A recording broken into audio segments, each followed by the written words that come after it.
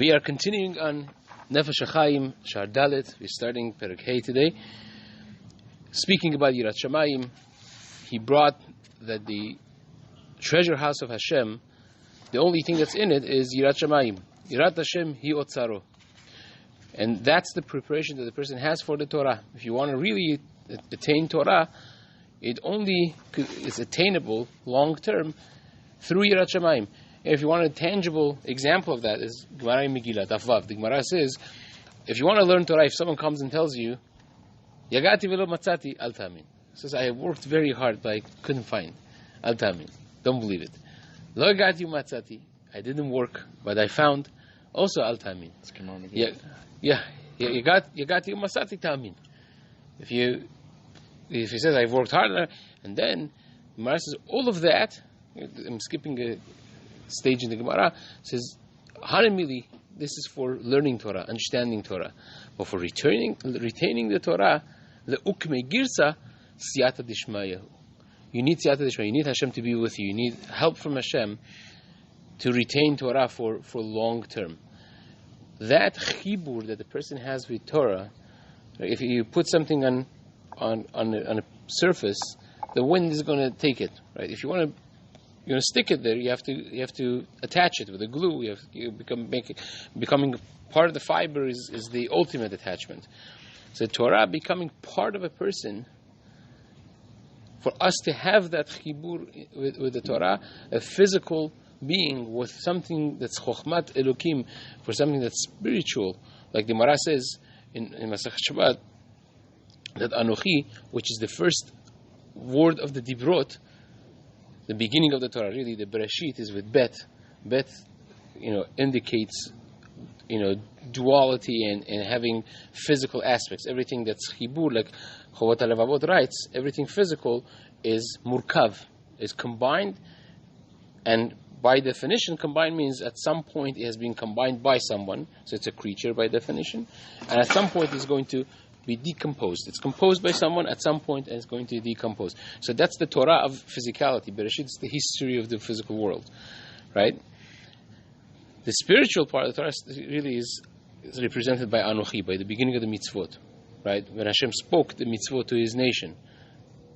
Obviously, Rav Sadia Gaon, the Ramban also in the Ketavim at the end of the second volume, they write that all the 613 mitzvot are summarized in the words and letters of the Aseret HaDibrot, and he actually shows it. It goes on to tell you all of the 613 mitzvot, how you see them in Aseret HaDibrot. That starts with Aleph. Aleph is Aluf, right?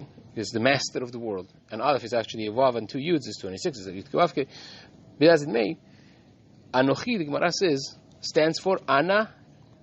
It's a Rashi Tevot, an acronym for Ana, Nafshai, Yahvit, Katvit, Yahvit. I'm here by writing my essence and handing it over to you. So essence of HaKadosh Baruch Hu is the Torah. Connection with that is by extension connection with HaKadosh Baruch Hu. I always say, it's my own insight, but I think there's truth in it. The Gemara says in Masechet Bava Batra, the Yudalet, that Moshe Rabbeinu, when he went up to the mountain, he was holding, this is Luchot, verse 6 Tvachim on 6 Tvachim by 3 Tvachim thick. And Moshe was holding 2 Tvachim. The Gemara says, HaKadosh Baruch Hu Kaviyachol was holding 2 Tvachim, and 2 Tvachim was in the middle. However you understand that, I think there is one deeper level of understanding that we can't touch Hashem. Ki Hashem Elokecha esh ochla.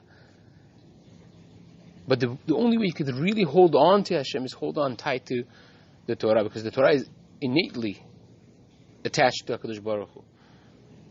When you're attached to the Torah, you're attached to HaKadosh Baruch Hu, right? This Torah Chayim. Chayim, it says, I give you Chayim, and Chayim Mavit, right? So that is the essence of Yirat Shamayim. If you wanted to have longevity and to stay, you have to have Yirat Shamayim, because then you become not just a physical person, you're attached to spirituality. It becomes the vessel in which you could hold the Torah. Just like for the brachot of Hashem, The Mishnah says Shalom is the vessel of all the brachot, right? Lo matzah HaKadosh Baruch Hu kli machzik bracha ela shalom. HaKadosh Baruch Hu didn't find any vessel that could hold bracha, hold the blessing in it, but shalom. Shalom is the best of the vessels for the bracha. Just like that, Yirat Shamayim is the vessel for Torah, for Chokhmat Hashem. If you learn Chokhmat Hashem without Yirat Shamayim, it's worth nothing. And it's not going to even have longevity, it's not going to stay. And that's why he says, Lefi Erech Godel Otzar HaYirah, based on the greatness of the Yirat Shamayim that you have accumulated and you have acquired, Asher Echin Lo Adam, that the person has prepared for himself, he has worked on, Ken Al Zeh Ha'erech Yuchal Likanes Ulishtamer Ulhitkayem Betocho Tevuot HaTorah Kefi Asher Yachzik Otzaro. In the same ratio and amount, the Torah could stay in him, not just learn Torah, putting it on the surface and then it's gone, but rather the Torah would be staying within him, become part and parcel of his neshama. And that really is another element that you see in Luchot Rishonot. Chazal tell us, Hayu lomdim v'lo hayu shochechim. In Luchot Rishonot, you would learn and you would not forget. Why? Because they said Naaseh v'nishma. They had so much trust and relationship with HaKadosh Baruch Hu, said, whatever it is we're going to do, right? The neshama had become the dominant part of the unit of guf and neshama does not forget anything. Neshama doesn't die, neshama does not forget.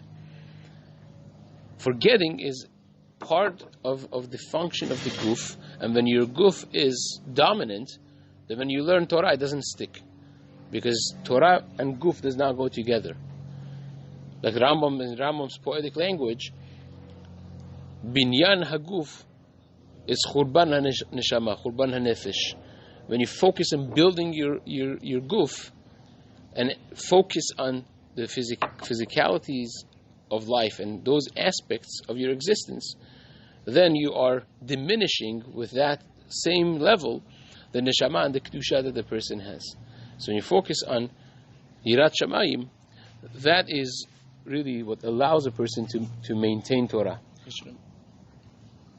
Sorry, I thought that as far as Gemara that shicha is a tova to our adam. Because if we wouldn't be able to handle it doesn't say that you wouldn't forget anything. It's not a matter of photographic memory. It's a matter of the Torah that you learned you did not forget. But sarot, that's separate. This is specifically on Torah, not on shicha and all aspects of life. Like if someone had a traumatic experience, someone was niftar, and every day they have to live with that constant. How would they be able to go on? So I thought that was a chesed HaKadosh Baruch Hu brought shicha into the world. This is a separate type of Torah. Chazal's focus is on learning Torah will become part and parcel of them because the neshama was the dominant part of the guf. And at the same time, just in parentheses, much of the Gemara says, al shmuot tovot, mevarech, shechianu, atov ma'amativ, depending on if it's one recipient or more recipients, and on shmuot ra'ot, Rahman al-Litzlan, you mevarech dayan ha'emet. Right? And Chazal tell us that Latid Lavo, you're going to be saying Hatov V'Ametiv on everything. Even on Ra'ot. Why? Because you realize when a person, his guf is detached and you have a higher scope of understanding, a wider horizon of sight, of Kedusha, you will realize that many things that you thought they were difficult and they were negative, they actually were for the good of you specifically, or you as a part of a greater whole. So a person, when their neshama is dominant, also they look at the world events in a different light. So that's just an additional parenthesis, but l'maaseh, the focus of Chazal is on the learning of the Torah, because the Torah is something kadosh, and a davar kadosh and davar gashmi, they don't stick to each other. If it's the same material, then it's easier for it to have longevity. If a father is giving produce to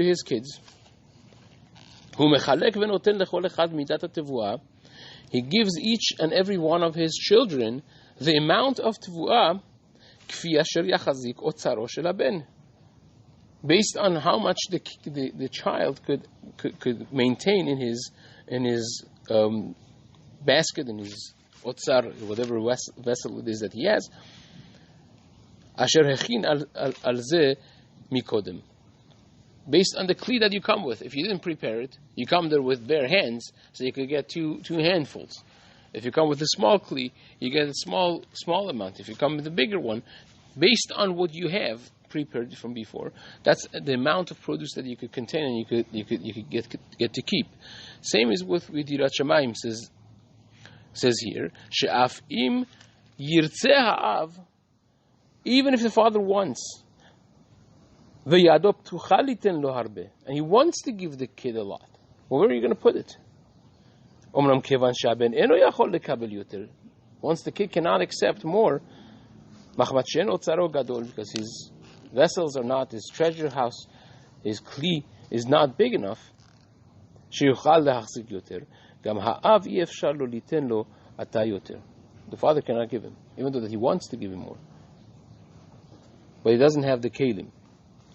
Ve'im lo hechin lo haben af otzar katan, and if the son doesn't have any vessels, gam ha'av lo yiten lo klal, the father would not give him anything.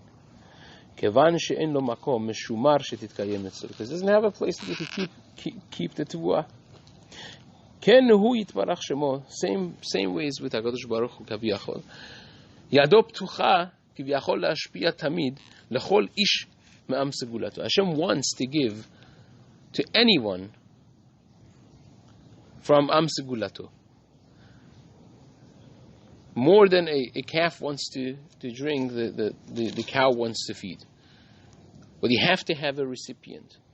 And that's what Zohar HaKadosh says. Ramchal brings this in both in Derech Hashem and that Tuvunot. Maybe that Atov Le'etiv. HaKadosh Baruch Hu's single greatest ratzon was to be mative, to give, to be mashbiya on another. And that's why he created the world. But his chokhmah has had it in a way that you have to be prepared for it. You have to have a vessel to accept. The vessel of Torah is Yirat Shamayim. So he wants to give Rav chokhmah ubina yetera. Hashem wants to give everyone chokhmah ubina yetera. V'shetitkayem etzlam v'yiksherem al luach libam. And they should be staying with them, not that they shouldn't forget it. They should maintain the chokhmah and bina. And will be tied to their hearts. Leishtashea itam bevoam leolam hamenucha, that they should come with it to olam hatikun, olam haba. But talmudam biyadam, they should not come there having forgotten everything that they learn. So when we see the Torah, when we said Mishnah, that was from Yirat Shamayim, and we had the har over our head. But shouldn't we say Ahavat? Like Ahavat Hashem is even on a higher level, meaning when we accepted the Torah again, it was on a higher level. We really accepted it out of Ahavah versus Yirah. We're saying right now that's the essence of accepting the yoke of Torah on us, is through Yirat Shamayim. Very good question. So we explained, at least alluded to it, we'll mention it again right now. There are two levels of Yirat Shamayim. There is a Yirat Pchuta, is a lower level of Yirat Shamayim, which Rambam holds of it to be something fit for lower levels of intellect, and that's Yirat HaOnesh. And then there is Yirat HaRomemut. Actually, it's very interesting. Rambam in Sefer HaMitzvot, in Asay Dalet, I think it is, he counts the mitzvah of Yirat Shamayim as Yirat HaOnesh. And in Yesodei HaTorah, in Perek Bet, he writes that he indicates that the Yirat HaRomemut is really what it is. And elsewhere in his Ktavim and his letters, he writes it very clearly that Yirat HaRomemut is what HaKadosh Baruch Hu wants from us. When it says, V'ata Yisrael ma Hashem Elokecha shoel me'imach, ki im le'yir'ah, that's a reference to Yirat HaRomemut, not Yirat HaOnesh. That's a clear reference to Yirat HaRomemut. And between them is Ahava. So you start from Yirat HaOnesh, just realizing that there is Yesh Din v'Yesh Dayan. realizing that there is a creator and the world is not hefker, the world is not haphazard happenstance. You start with that, then you come to see the diktuk hamasim of how exactly it is. And afterwards, when you see things that HaKadosh Baruch Hu does, you come to love Him, like the Rambam writes. Kitzat haderech el ahavatu v'yiratu. How do you get to love Hashem? When you pay attention to the details of the world with the proper lenses. Obviously, if an aficorus looks at the world, he could see the greatest things under the microscope in the lab for 30 years and still nothing doing. But if a person is paying attention and wants to see the greatness of this world, and again, Martin Rees, one of my friends, interviewed Martin Rees, one of the top scientists of this generation, the author of Just Six Numbers, and he has authored amazing information there. One of the numbers that he works on is the probability of Big Bang in a statistical world. And he comes up with some ridiculous number of, if you would want to see how big it is, if you'd have all of the sand in the world and all the specks of dust and sand, all the depth of the seas and the seashore and so on and so forth, and you have one in mind, what's the statistical chance that I would pick the right one? It will be 1 over 10 to the power of 23. So it says the chance of having a Big Bang that would actually act as a platform for proper universe, because again, when you have the original mass and you have the bang, you have the explosion. If it's not strong enough, then you have this massive masses that now they departed from each other from the center, but each one of them is millions of times bigger than any black hole that we have nowadays, and they have massive gravity, and all of them are close to each other, so it would expand like this and then come back crashing to each other. You'd end up with big crash instead of a Big Bang. And he says if it would be a little bit too strong, then you would end up with gases and hydrogen, helium, and other gases, not with a proper healthy platform for a creation of the planet the way we have it, right? Or the universe the way we have it, rather. And it says, what's the chance that you have exactly the right number? It says a number greater than 1 over 10 to the power of 100, which is a mind-boggling number. So somebody asked him, this friend of mine asked him, said, does that suggest that there is HaKadosh Baruch Hu? Can't be happenstance. So he said, well, it's not a proof. It's not a proof, because maybe you have unlimited amount of Big Bangs that happened, and we happen to be living in the right one. And mind you, this is before having a sun, having an earth, and the exact right distance, and seasons, and the oxygen, the ozone, and every one of them exponentially, minimizes the chances. So it's not a proof, but what is it exactly? So you look at the Diktukei HaBriya, and you come to love Hashem, to fear Hashem. And this is this next level, when you're no longer concerned about the patch, you're not concerned about the punishment, but you think, I love Hashem so much, it's so obvious for me the awesomeness of Hashem, how can I do something that would maybe even take a chance of upsetting Him, right? Imagine to yourself a engagement period, right? Every action, every word, every text message is so well thought out, lest chas v'shalom you're going to hurt him or her it's going to come across in a way that would be misunderstood, or the gifts that you give are so thought out. Or, for instance, imagine you go to get the bracha from Chacham Ovadia, and he gives you a few patches at the end of the bracha, and you'll give him a patch back on his face. You'll laugh, right? Would anyone consider doing that? Why not? Well, he's not going to punish you. He's not going to give you a klala. Why not? Because, are you kidding me? You're in awe. You stand in awe and reverence when you're in front of him. It's not a matter of you thinking, he's going to punch my teeth out. You're just not going to do anything, and you're shaking in your pants until you get out of that room, because you have yirat haromimut. There's yirat kavod. So that's the desired yira. We're talking about that level of yira. So it's not lower than ahava, but it's much, much higher than the levels of ahava. So now he says that he actually alludes at the end that you would remember it when you come to Olam Haba, which seems to suggest that a person would forget his learning, then you're not going to have it in Olam Haba. There's a Sefer Tashbetz Katan from a Talmud of Maram Rutenberg. Actually, he wrote Tashbetz Katan. He would go to jail because they put the Maram Rutenberg in jail. He died. He lived the rest of his life in jail and died in jail. That's, by the way, why Rosh, Rabbeinu Asher, which was one of the top Talmud of Maram Rutenberg, he ran for his life, basically, and he came to the Sephardi part of Spain. He actually met with the Rashba on the way. You want to see how the mentality and the culture was back then. He comes in the base medrash of the Rashba, and the Rashba was posing a question, and said, whoever could answer this, I'll give him a chicken. That was like the big prize back. Chicken. And the Rosh obviously answered it, and they had a whole 3-day Torah discussion together and learning. And then he departed. He went and became a Rav in a different city, and the Tur became afterwards. His son became the Rav there. So they were the Rabbanim of the Sephardi countries because of the Rosh fleeing the original birthplace because of danger.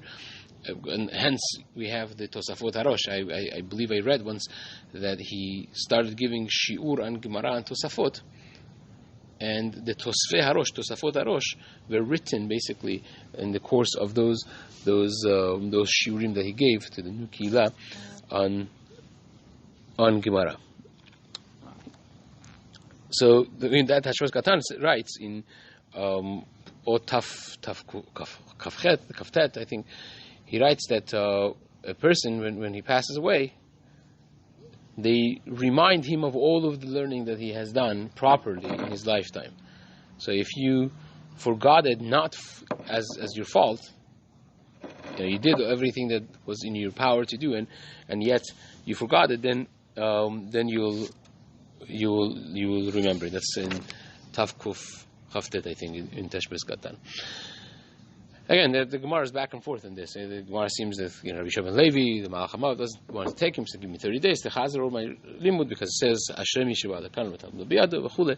So you could go back and forth in this. Sefer Chassidim, weighs in on this, and many other sources. That's just Derech Agav. I mentioned it, not really part of our discussion tonight. Omnam hadavar talui lefi otzar ha'ira she tekadem et ha'adam.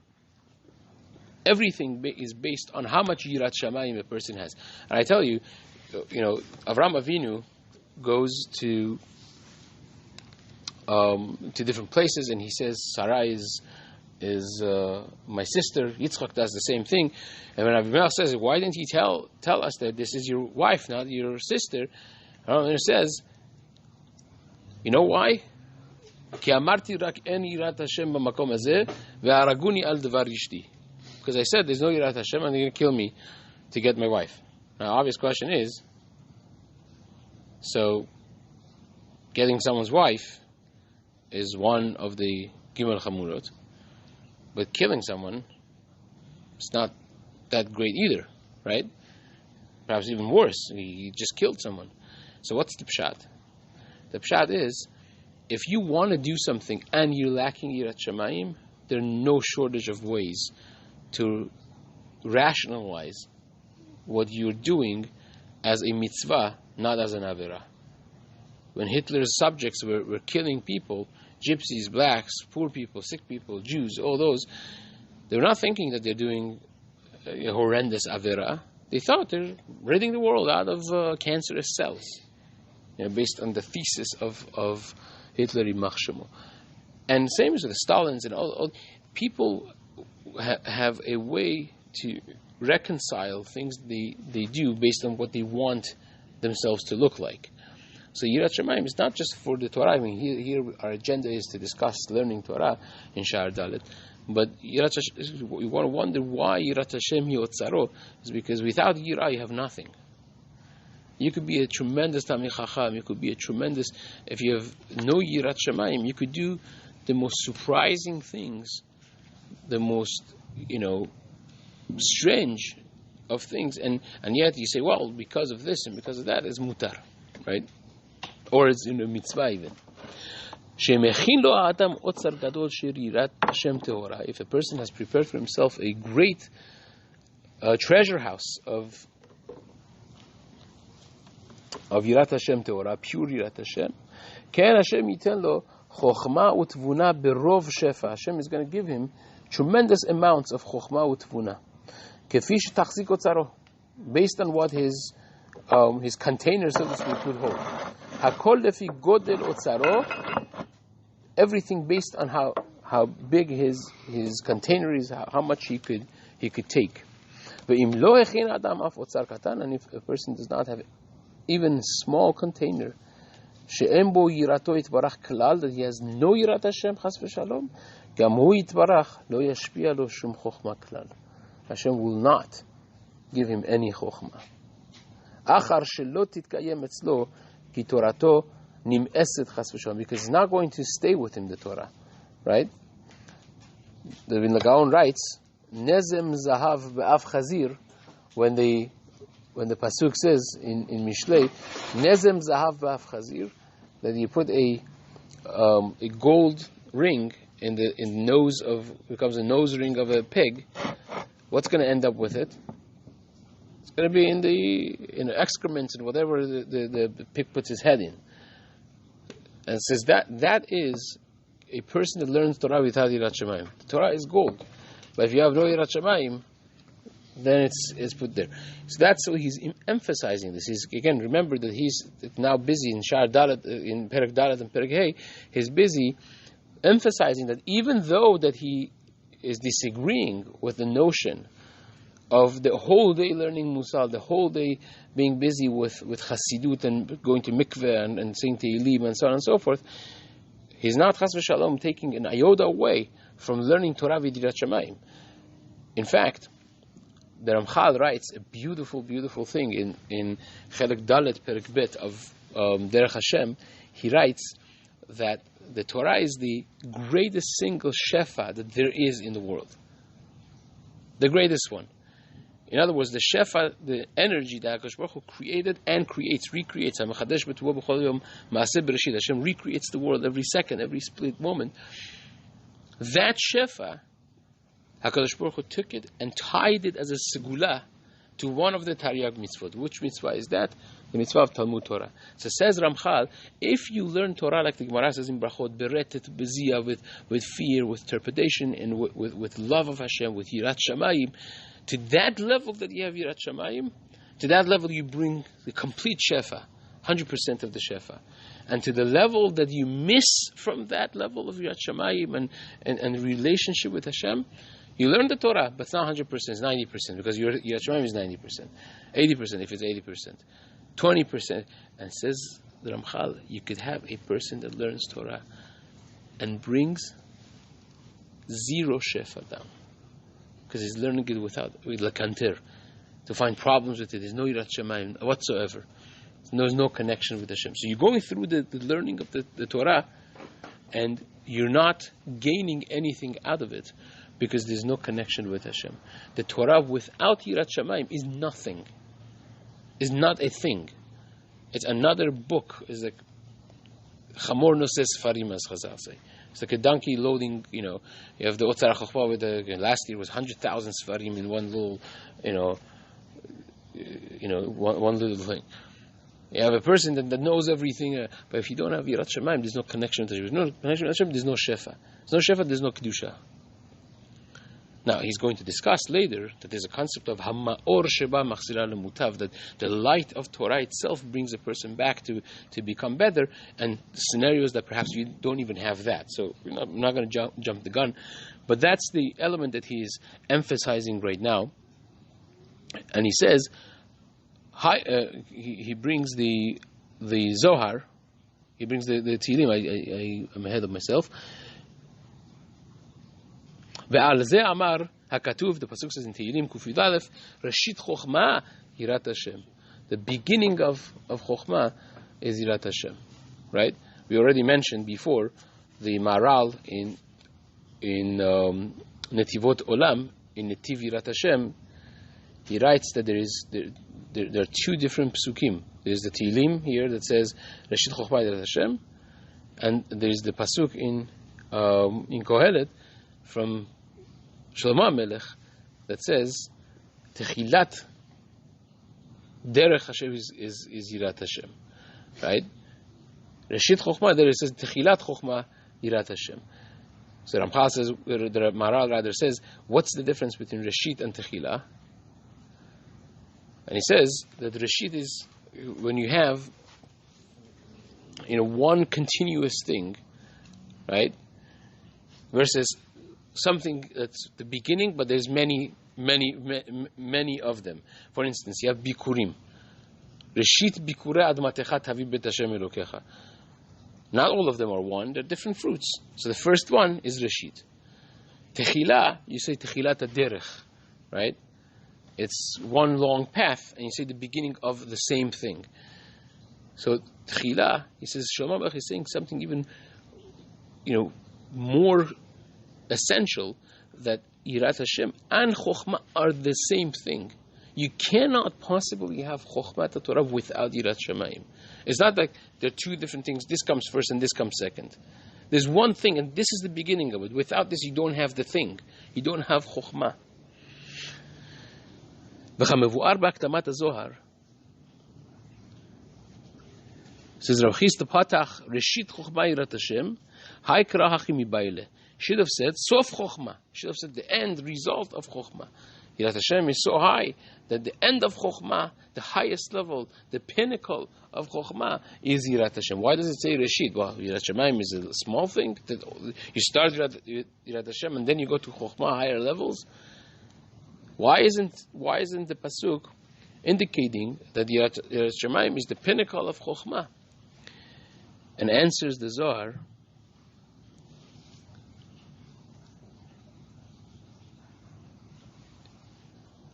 that this is the prerequisite. He doesn't bring the thing. I'll just say it on my own. The Zohar says this is the beginning, the prerequisite of Chokhmah. Without it, you don't have anything else. If you don't go to the first floor, you can't get to the second floor. It's the prerequisite for any Chokhmah. It's like Reb Chaim Vital writes in Sharei Kedusha something fascinating.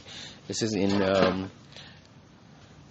Chelek Bet Perek Aleph, I think it is. He writes, he says, why is it that the Torah does not make midot, many of the midot, a mitzvah? Well, take a look at Gemara in Sotah Daf Hey. The entire daf is talking about how ugly arrogance is. Right? Mi sheyesh bo gasut ruach ra'ui lekadeo kashera. HaKadosh Baruch Hu says, me and him can live in the same world, and on and on and on. But there is no avera necessarily per se to have gav, not to have gav, kas. Oy vavoy what kol hakoes kol mineg inam sholtim bod Gemara insan.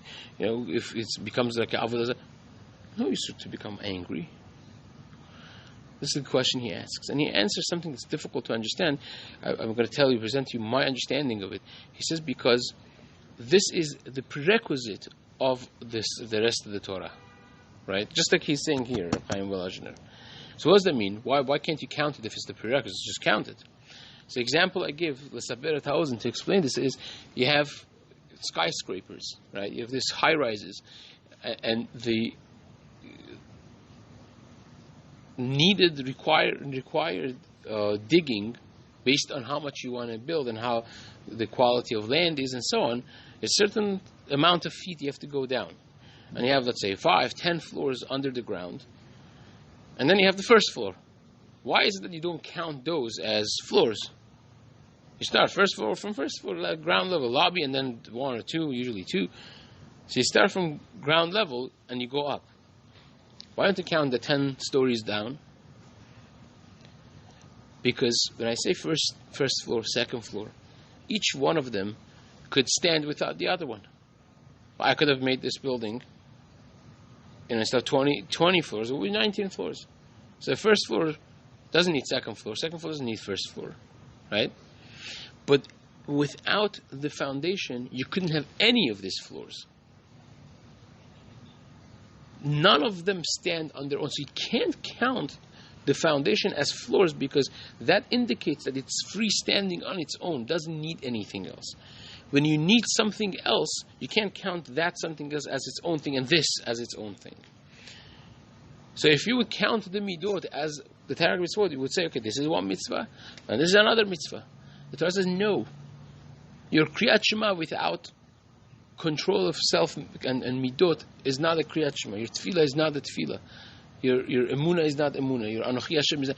Nothing is. You're not a mensch. You don't have that level of the mitzvot altogether.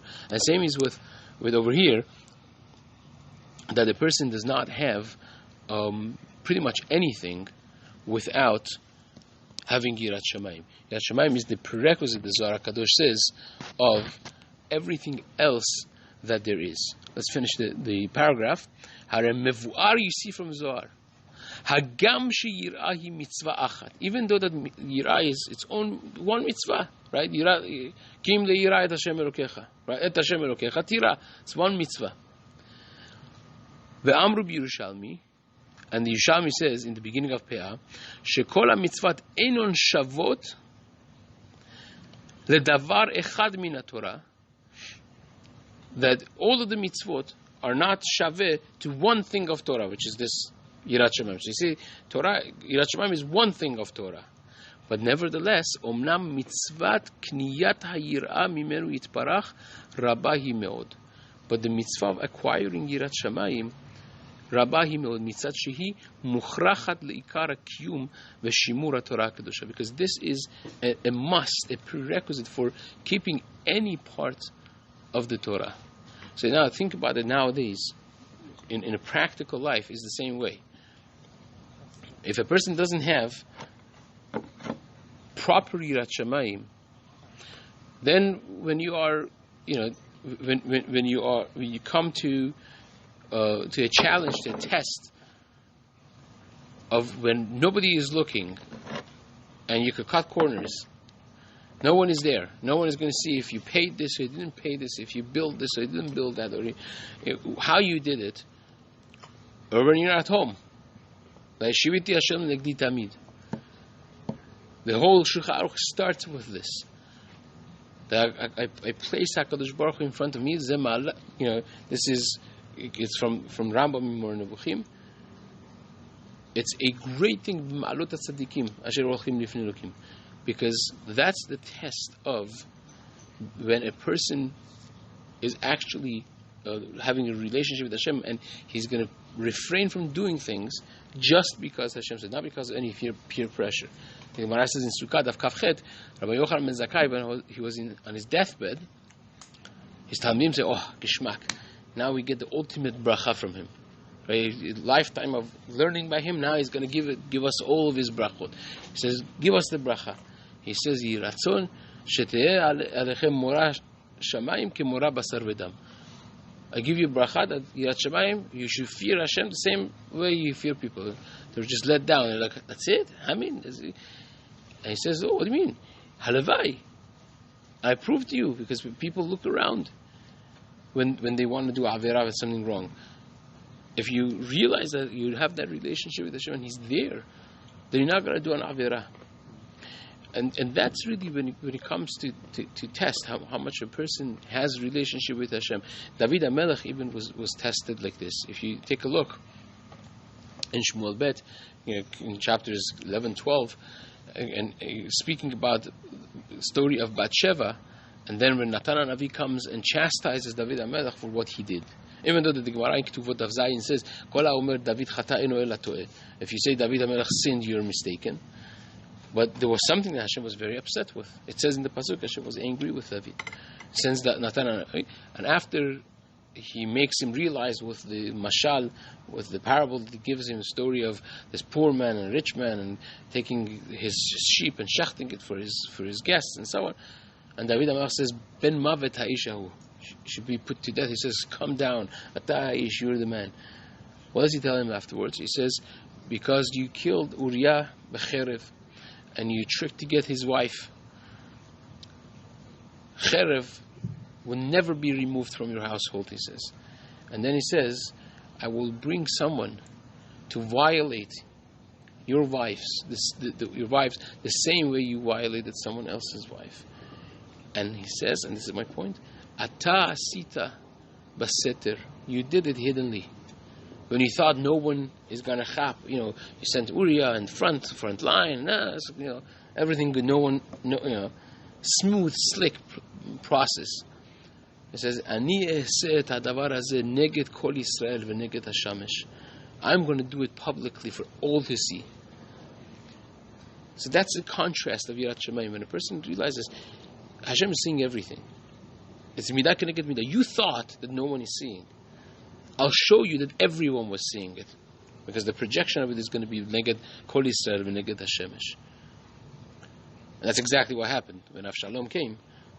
He took over the Yerushalayim, he took over the palace, and he did this very thing in the balcony of the palace in front of everyone.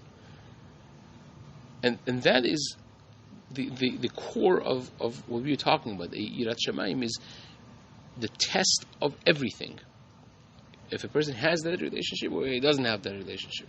And learning Torah without that, Chas v'Shalom, it becomes like Chamor Noseh Sfarim. So that's the emphasis that he puts over here. And just finishing the sentence would be L'tah gam nim'esed, and without it the Torah is not only not desired, but Chas v'Shalom is nim'esed, is disgraced. Chas v'Shalom be'enei habriot, v'lachen slicha shetekadem etzel ha'adam kodem esek haTorah. Therefore, I'm establishing here, he says, that the person must have Yirat Shamayim before his Esek HaTorah. A prerequisite to learning Torah is having Yirat Shamayim. Bezat Hashem, we'll continue this in next week. Bezat Hashem.